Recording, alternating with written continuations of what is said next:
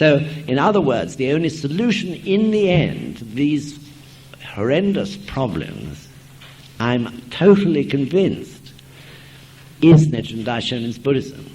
Because it's only that practice which gives one the staying power, if you like to put it that way, to continue through a lifetime to work towards peace and to influencing others and so on. So we have to do more and more shakabuku on our own chosen path in life. I hope, more and more people will get into the field of economics, for example, and inevitably also politics, as individuals, and express their views based on the Causton. I hope people will get involved in the use of other energies, people who are practicing, I mean.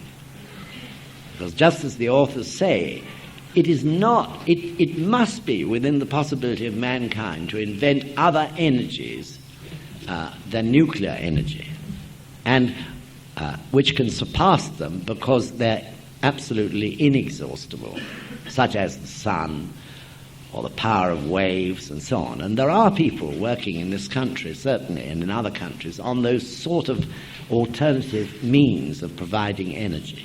And it's really, they should be immensely backed with funds and so on. So then the authors turn to minor wars, and there have been an unbelievable number of minor wars, as you know, since the end of World War II. And in so many of them, the superpowers dabbled, exerted their influence in one way or another, even if not actually offering, which they have at times, physical assistance. An incredible situation where, in order to maintain their domination over their particular sphere, they have supported strongly, either overtly or often undercover, these minor wars, one or other side. So we've got plenty of examples, haven't we? Palestine and Israel, Lebanon, Nicaragua, Cambodia, North and South Korea, Afghanistan, and now just recently Panama. Always, continuously, and always those superpowers are meddling in them in one way or another to suit their particular strategy. And I mean, this has gone on, for 1,000 years and more, ever since people started to go to war, which actually Toynbee says he believes about 5,000 years ago. He says 5,000 years ago is the first evidence of people going to war. That was in the Tigris and Euphrates area. He believes that war only began then. Before that, there were tribal, you'd call them forays, but no actual organized war until that time. So I suppose in terms of the history of mankind, it's quite a recent invention. Or it would be better to say it's a fairly recent disease which has spread and spread and spread. And we saw it, of course, in our own history, the taking of strategic points in the empire in order to maintain order and, in a sense, our domination of it. Crucial points like Malta, Cyprus, Gibraltar, Aden, all to protect communications and so on. And as I explained, even India had that problem of its northern border all the time.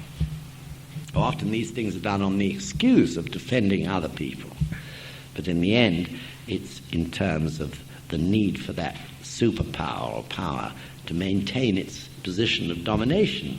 And of course what is dictating that, as well as sometimes greed, sometimes anger and arrogance and a lust for power, but often also fear, which arises out of stupidity and ignorance. fear of what the others might do to you unless you're in that dominating position. Even the Falklands War could have escalated. Its escalation was discussed actively, both in this country and in Argentina. One has no idea where it might have gone to, or the extent it might have expanded, if it had taken that step to actual war with Argentina itself, because for sure other South American states would have come in. So it's playing with fire, isn't it, in every way? And this comes in the end to that conclusion that we simply must support the United Nations. We all know its failings, which again has a lot to do with the superpowers, but on the other hand it's the only nucleus of a world government that exists. There's nothing else except the United Nations. So we must support it, and that is why Sensei has always worked towards doing so as a non-governmental organization. There is not, to be honest with you, a great deal we can do, except to represent, whatever it is, 20 or so million people who are prepared to support them around the world. And I noticed too amongst United Nations officials that this is extremely important to them. I felt it was, in a way, almost pathetic, in a sense, at the way the United Nations in London, really grasped at the opportunity we gave them of having a performance of Alice dedicated to the United Nations. In a way, it was sad that they were so desperate to feel people were supporting them.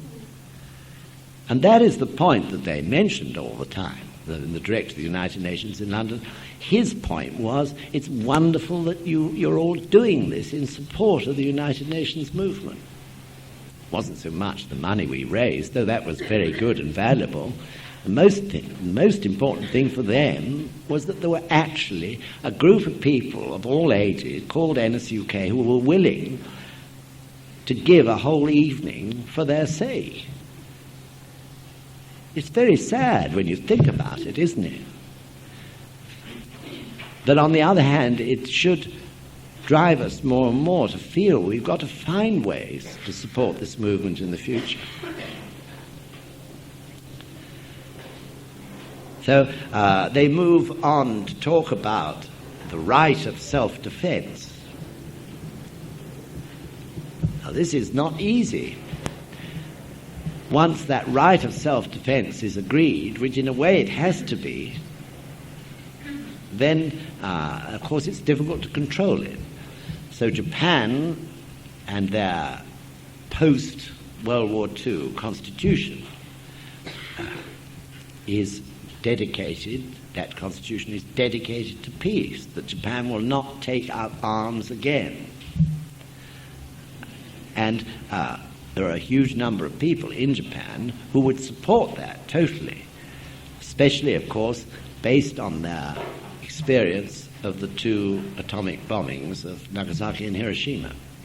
But at the same time, there are many politicians who are under pressure, particularly from the United States, to bend. They've already bent once because they became a base for the war that broke out between North and South Korea. Only a few years after that peace constitution was established, then American pressure was put on them, and they, for one reason or other, had to give in. Became a base for that war. They didn't actually fight in it, but they were supporting it in the sense of being a base. And always, for the last 10, 12, 15 years, from time to time, you see America putting pressure on Japan to develop forces which would be so big that they could be used for an aggressive war. So it's a wicked old world we live in, and the old poisons are always at work. So Sensei's view, of course, is that the important thing, first step, is to abolish nuclear weapons totally. That is the first step must be taken, because obviously they're the most dangerous. And people actually now at last are finding it difficult to uphold the old policy of deterrence, because now it's gone beyond that point, hasn't it? I mean, deterrence basically was a policy where you had two sides, or two people, say, pointing a pistol at each other, and each could pull the trigger, at the same time. But now, because of the further development of nuclear weapons, the whole thing has become unthinkable, basically, and one would destroy the other anyway. It wouldn't be a question of pulling the trigger first, one of them pulling the trigger first. Whoever pulls the trigger destroys both themselves and the other. So that old policy of deterrence can no longer be upheld. And of course we have seen, thank goodness, in recent times, a gradual development towards the beginnings of an agreement to disarm. So that the time is right, isn't it? Because apart from nuclear war, there are other disastrous things which have got to be arrested and changed, such as the destruction of the environment, the exhaustion of materials, the problem of the population of the world and feeding them in the future, the 3 calamities and 7 disasters which we see going on in various parts of the world. There are many other things that we can get on with if the decision to pursue nuclear disarmament begins to get really well underway. And of course, these things concern Russia just as much as they concern America and everybody else in the world. So again, it is a turning point. We are at a turning point. I couldn't have sat here and talked like this 15 years ago. Definitely things are changing. Definitely there is a turning point approaching. And that has to be seized so that it turns the right way. And I guess that is the significance of the beginning of the 21st century. We are working towards that turning point. And we have to, the people of the world have to turn it the right way. And since it's already becoming apparent that the turning point is appearing, this must be the significance of the year 2000.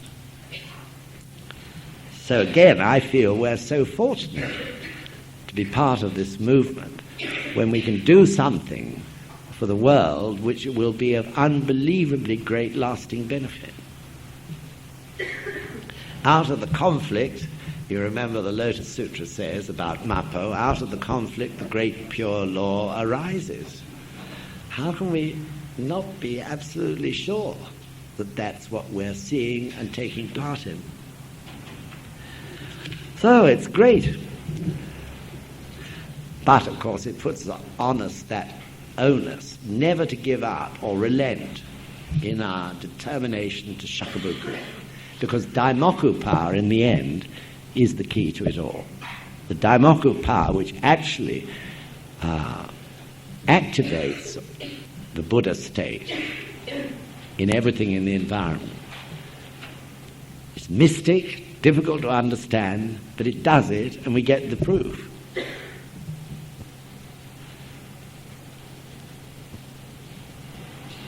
They talk a little about future police forces. What are you going to do, in other words, they're saying, about keeping order in countries if all military forces are abolished? And Sensei joins with Toynbee in agreeing that each country would have to have some sort of a police force which would be strong enough, of course, to deal with that negative section of the population, that negative section of the whole concept of Causton, which always exists.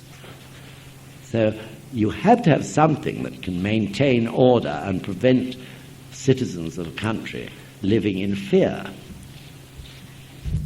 Because always Buddhism realistically sees there is bound to be that negative force at work, which is why the battle for Causton goes on forever, isn't it? It's not an end in itself. This is part of life. So they talk about this point and the need for each country having some sort of a police force. But that equally means that if each country's police force is not to be allowed to expand through selfish desires and the working of the three poisons into an army or a navy and an air force, therefore there must be some form of world inspection or control. And what is more, there would have to be some sort of force which works for the and in the interests of the United Nations in keeping the peace. So I think an interesting point is mentioned there, and this is all a matter of external causes and effects, but it's an interesting point that these policing forces working for the United Nations haven't worked on the whole terribly well or effectively up to now. In some places they have, but in a lot of places they haven't. And that is because, again, national interests are involved. This is what they're saying. Because they're recruited, those forces, from nations, Britain or Germany or Finland or whatever, decides to offer a force, say a regiment, in order to create a United Nations peace force to deal with certain potential concerns about war. So the authors say that's no good. The United Nations should recruit for their forces directly. Countries or nations should not be involved. They should recruit directly, and that would be a distinct world force which would be under United Nations control. So maybe they've got a good point there. And also, they say that scientists should be really studying the means to produce weapons which don't cause ultimate bodily harm. That is to say, weapons where people can be subdued by them, but they have no lasting bad effect on them. That's a very interesting point. And one wonders how much effort is actually being put into this at the moment. I don't know, no more than probably you know. But one would hope that somewhere or other there may be a scientist or two, because I doubt if any government would finance them more than that, who are working on such weapons, which can actually subdue but not harm or kill. Is an interesting point. And of course it would be those weapons in the future which would be used and available for those police forces. So all these things seem a long way away somehow, don't they? But I don't think they are necessarily. When you think about the speed of technological development at the moment, it's incredible, isn't it? I mean, you can buy a home computer today and it's out of date tomorrow. So I don't think it need be so far away that such things can be invented if human beings have the will and the support to do so. That's the point, isn't it? So these are all things that we have to work towards in the future. And of course, most important of all, we none of us, and especially you who are young, mustn't forget to be concerned with the future. Because if you're not concerned with the future, there'll be no future, or certainly no future that you would particularly like to live in. You have to do it. I mean, I'm doing my bit too, but the most effective person is you all, because you've got another 50 years. Right? Well, maybe a bit less, maybe a bit more. You've got another 50 years to do something about it. I haven't got so long. But certainly I'll do everything I can to help you to get underway. That's the point, isn't it? We, each of us, are responsible for the future. If you're a nurse, you're responsible for the future in that particular field. If you're a mother, you're responsible for the future for your children. If you're a teacher, you're responsible for the future so far as education is concerned. And so on, isn't it? It's too easy to forget that one is responsible. But I think the great thing about this practice is that it tends to make one feel it more than more. And it's nothing to be frightened of, because if you're chanting Daimoku and doing Gongyo every day, it's your wisdom which will naturally flow. It's a matter of ichinen. We all should have ichinen to create a fabulous future. If we have that ichinen, then the way we can do it individually will just arise in our lives. So the importance of the last prayer of Gongyo is that we have that ichinen that we express in that very last prayer. And we refresh it every day. How the hell we're going to do it, we haven't got a clue. But that's the work of, like all other things, like our individual problems, that's the work of the Gohonzon, isn't it? The how is the Gohonzon's job. The Gohonzon will lead one down a path where one has such an effect. That's the extraordinary thing about this practice. It's just a matter of ichinen. And that's why Gongyo is important, because every silent prayer refreshes one's ichinen in one way or another. So the last prayer, it is important. This struck me very forcibly when Sensei said one day, ever since I started to practice this Buddhism, every day I've chanted that the rice harvest would never fail and there'd be no Third World War. So I really felt then, that's so simple in a way, but in that final prayer of Gongyo, that was what was in Sensei's heart every time he did Gongyo. In other words, his ichinen was always towards it. And with that sort of ichinen, what we individually should do towards it will flow, right? So the last prayer of Gongyo is very important. But it's easy to almost forget it. Oh, it's nearly the end of Gongyo.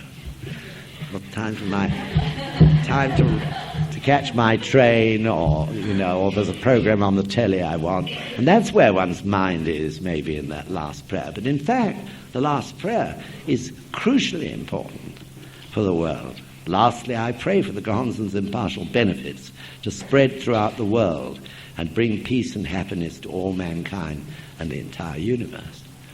Wow, what a prayer it is, isn't it? How huge.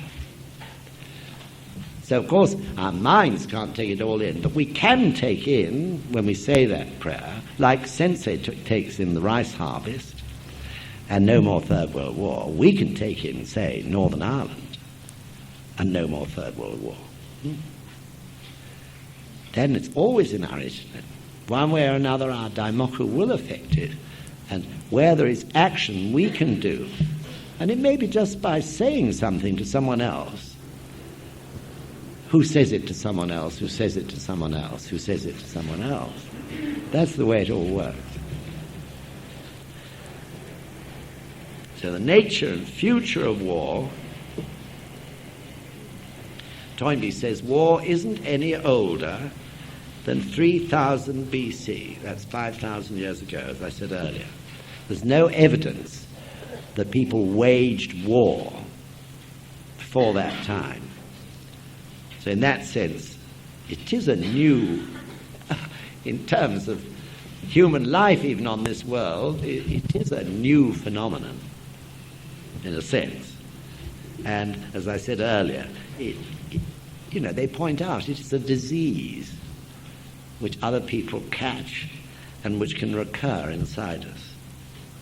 And the interesting thing is, you see, that the soldiers themselves, the people who are actually having to do the war, are not actually bearing animosity against each other.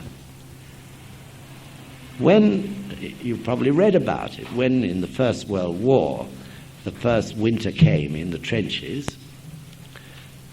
the Germans put down their guns and the British put down their guns, and they walked into the middle of no man's land and gave each other bottles of champagne and beer and things and celebrated Christmas. That's what human beings think about it.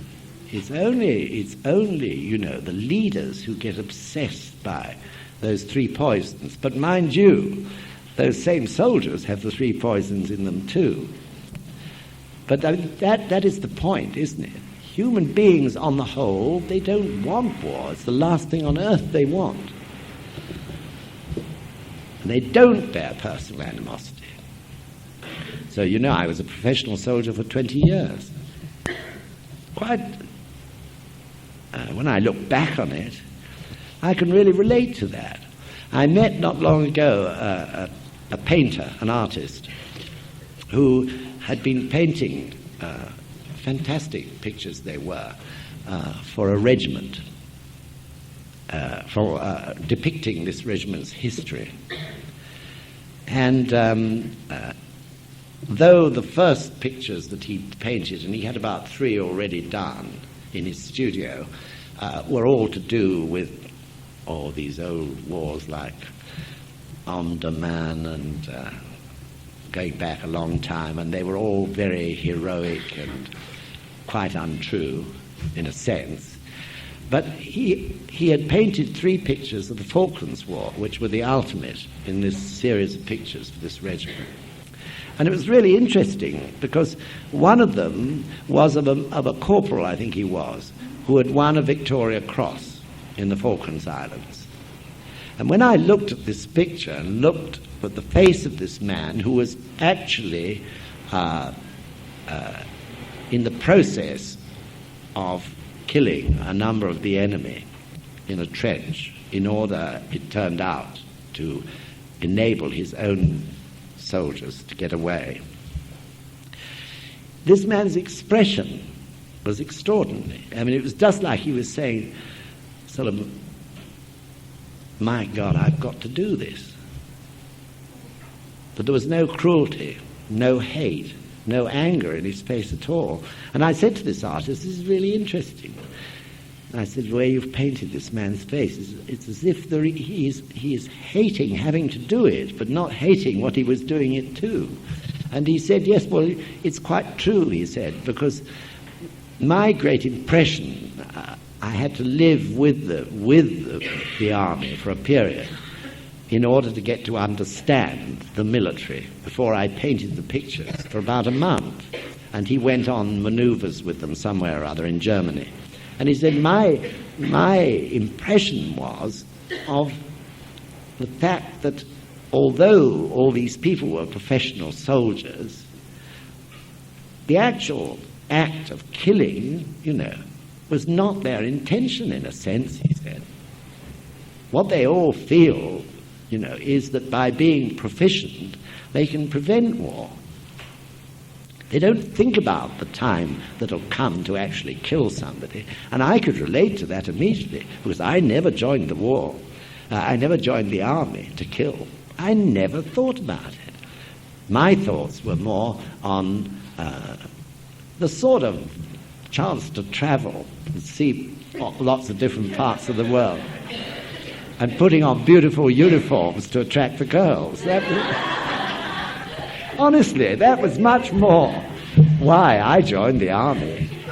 And I came out of the Royal Military College at Sandhurst just as war was breaking out, World War II. And I was horrified. I was scared to bits. So was everyone else. They'd not thought about actually killing. And there was this war brewing, and this man called Hitler doing all sorts of awful things, and the knowledge that I was going to have to actually go to war. But I'd made a decision to be a professional soldier. Never thought about actually having to use the weapons that I was trained. Always with that idea of, in a way it was called, in those days it was called imperial policing. Keeping the peace, in other words. That was, the sort of army I thought I was going to be in. So the average professional soldier is not a killer in any sense. And probably many of you know young men who may be in the army. In no way. So the whole thing is, again, comes down to this manipulation of peoples, doesn't it? Through the three poisons working in those who happen to have power. So in that sense, the Gosho is so correct, isn't it? Truly, those who are in the army, the navy, or the air force are slaves. This is the karma they've inherited. But what I now have to say to you is that this isn't restricted just to men. Women are involved in it as well, in the karma of war. Because, of course, in the past they supported those who went to war. They actually encouraged them to go. It was not restricted to men only in any sense. And of course they suffered too, like the men suffered. The women suffered because they were deprived of their husbands, or they saw their children being killed and maimed. And as war grew and expanded into more recent times, they had to live through a system of rationing where there wasn't enough food around to be able to feed the family as you'd want to. They're restricted in what they could buy, their clothing and all the rest of it. And most of all, they were deprived of their families. So this is something, a karma, which we all share in every respect. And of course, on top of that, in modern day war, there is the constant fear which affects young, old, men, women, everyone, of attack, if not by nuclear bombs, then by aerial bombardment and rockets. So, in other words, just as the Gosho says, the entire nation are slaves and get born into this situation in generation after generation. So the point is that we're changing this. The point is that the very moment, at Sensei's suggestion, we established the European Centre at Tretz, we were changing the karma of Europe. Because Tretz is a focal point of unity. At the moment, it may seem a very small number of people, about 20,000 people now practicing in Europe, which is small compared to the population. But it's 20,000 people's daimoku, isn't it? 20,000 people's unity, trust, friendship, and so on. So it's a fabulous nucleus. And it'll grow, of course, and grow in the future. Tretz is the prime point of changing the karma of Europe. There's a wonderful thought. So every time anyone goes there, it isn't you have to meet Europeans from all different countries, though that's nice to do. But the important thing is that you make the journey to that Gohonzon, which is concerned with the unity of Europe, the peace of Europe. That is the important point. And of course, once one's done that, one's feeling for European Kosanufu grows as well. So war is a ghastly thing, not only for its physical results, which is what I've talked about most of the time now, but of course it is a ghastly thing for its spiritual results as well. War distorts people's minds. It bends their spirits. This is the worst aspect of war, in fact. It destroys the norm in a moral sense. It tears families in half. It destroys fathers and parents and so on. And it's the spiritual damage which is done by this which is the most insidious.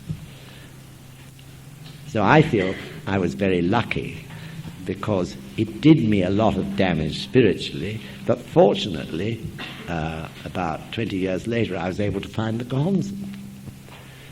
So I've not suffered like many people have suffered, like some of your parents may still be suffering from that distortion of the spirit, that feeling, of despair and emptiness may still be lingering, in some people's hearts, because they went through that war and they saw the disgusting effect it had.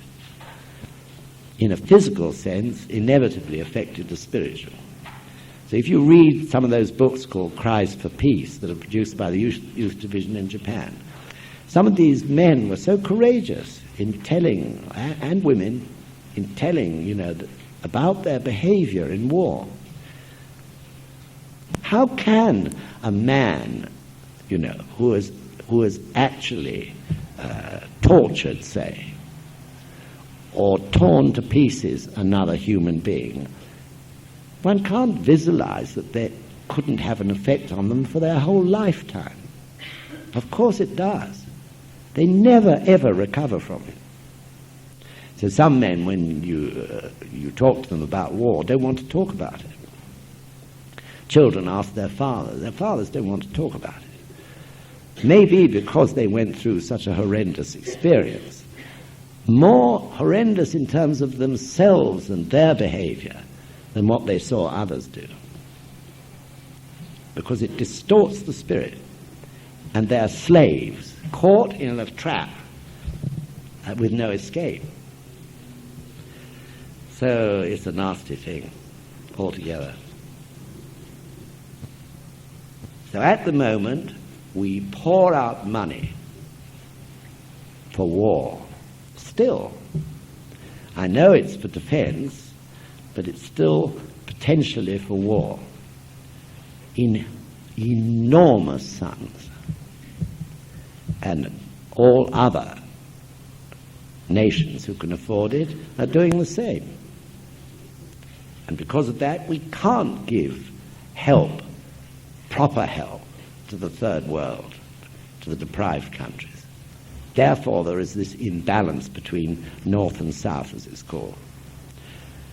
We are not spending the money on education which we should be spending in our schools and in the educational system. We are not paying nurses as we should pay them. We are not this and we are not that because all the money is going towards armaments and war. And that's not specifically the fault of any particular politician, is it, actually, when you get down to it? It's the fault of the whole human race who've got themselves into this situation through the cause and effect of thousands of years of war. So we punish murder, the authors point out, but we don't punish those who go to war. So just to end with, I'll ask Sandra to read one more passage from page 203. This is President Ikeda talking. You are absolutely correct in insisting on this distinction. Execution for crime is perhaps different, but murder is always an act of the individual. Even when committed by a gang or criminal organization, the basic situation is unchanged, since the decision to become a member of an organization that commits such crimes is based on individual motivation. Murder occurs in all lands, and all nations forbid it strictly and punish it severely. The same nations that punish murder, an individual act, however, have no systems of punishment against warfare, a criminal act committed by nations. The barbaric law that has obtained throughout the ages is that he who wins is just. But the contradiction inherent in this idea is so blatant that no one can find such a definition of justice tenable. Nonetheless, man has given tacit assent to this irrational law for thousands of years. Tacit approval seems to suggest that people regard warfare, or conditions based on warfare, as the normal circumstance among nations. it is apparently thought essential to be prepared for war at all times, and to be at sword point with all neighbouring nations.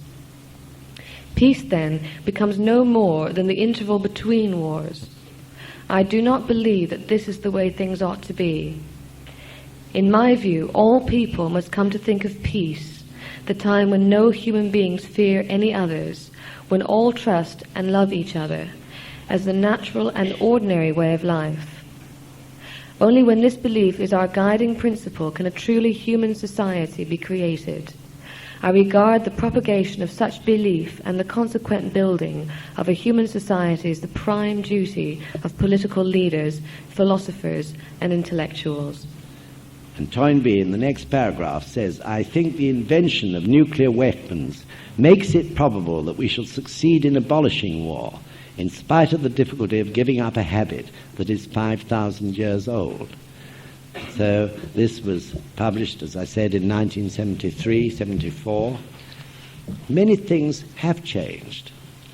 For a time, everything seemed to be getting worse and worse and worse. But in just recent times, there have been a few glimmers of light. And as I said earlier, I feel really now, without a doubt, we're approaching this turning point. So, without a shadow of doubt, we will achieve peace. That's what the Gosho says, and I've never found the Gosho to be wrong yet in anything, so why should it be wrong about that? And we can take heart in that, and especially we can take heart in the fact that we're all involved in one way or another. So if we all keep that itch in them, that determination for peace, as I said earlier, the way we each individually can contribute to it will appear in our lives, without a shadow of doubt. Thank you very much indeed.